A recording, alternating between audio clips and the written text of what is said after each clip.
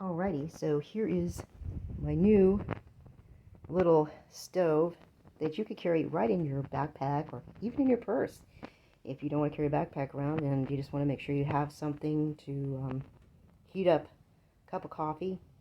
You can also heat up stuff on the dash of your car if it's pretty hot outside. It does actually work. But anyway, this was made with a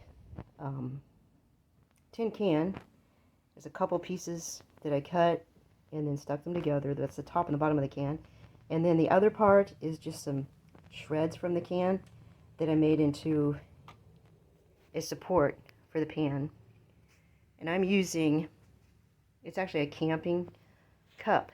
And you can use that to heat up whatever in coffee or soup. So it's taking a test run right now. And just in case I have any problems, God forbid, I have some flour here. That's what you're supposed to put on a oil fire. If you're in an RV or something and you're using this kind of method, I would definitely recommend you have a fire extinguisher.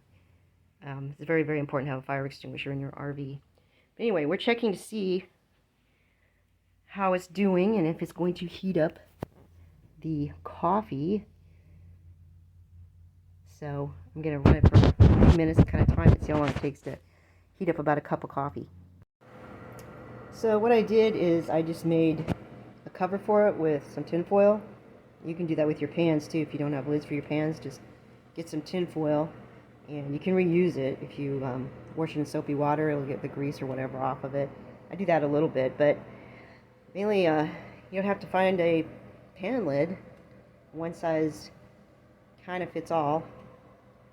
So I'm just waiting for it to heat up. This is my first try with this soda can method because it has just one wick there coming up out of it. It doesn't have the holes around it like the other ones. But I also have this that my husband made. This is for our deep fryer. He made it out of a peach can from the store. So it works pretty well. A little bit hard to clean up, so you have to soak it probably an hour in really hot, salty water to get rid of the grease and then clean it. But if you have a deep fryer and you don't have the thing that goes in it by chance, then you can make your own. You can make it out of other stuff too, but that didn't cost us anything. You got the peaches and got the can for free, so that's pretty cool. And here's our deep fryer. Found that at some kind of dump site, and it actually works. It doesn't have a lid, but I just put whatever, I put the microwave glass thing that goes in a microwave. I use that for the lid. You can use that for the lid, or you can use another pan or tin foil, whatever. Frying, though, you really don't need to put a lid on it because it starts to retain moisture. It's probably not that great if you do that, but but I think definitely that's a great idea. The peach can thing, or whatever kind of can you get, that's like probably holds at least a gallon of fluid if you're trying to measure how big it is. But anyway, back to the homemade stove here, and all those poor Ukrainians, man, they need to know how to do this. They probably already know. They live in Russia, or Ukraine, not Russia yet.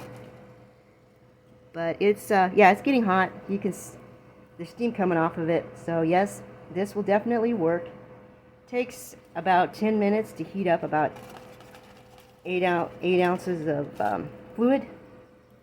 So if you put another wick in it, it probably would heat up about in half the time. I just have one wick, and I'm inside of an apartment, so I don't want to overdo it here. But it will definitely work. Really simple, extremely simple method. So here's the top. This one's made out of a shredded can. The pieces they're probably about 1.5 inches high. And if you take it off, you gotta be really careful touching this stuff because it can be really hot. Probably should wear a glove. But anyway, there's the flame. All I did was I put some leftover cooking oil in there, and then some toilet paper, soaked it in the oil, and then I have a thing to feed it with. It's just that, some leftover oil inside of a Dawn bottle, so you can just squeeze it inside of the lamp. so you don't have to take it apart to put the oil in. And then the wick, like I said, is made out of toilet paper. I put the little tab there to kind of control the wick so it doesn't go into the oil, so it's not a big old hazard. You know, FEMA might come after us or whatever.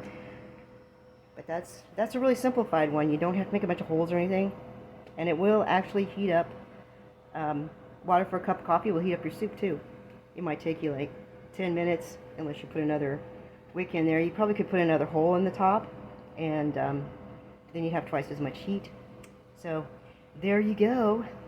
How to survive the apocalypse. And for really good videos on survival, you could go to Corporal's Corner. That's the one that I really enjoy watching. He's got a lot of good ideas. You have a wonderful day. God bless.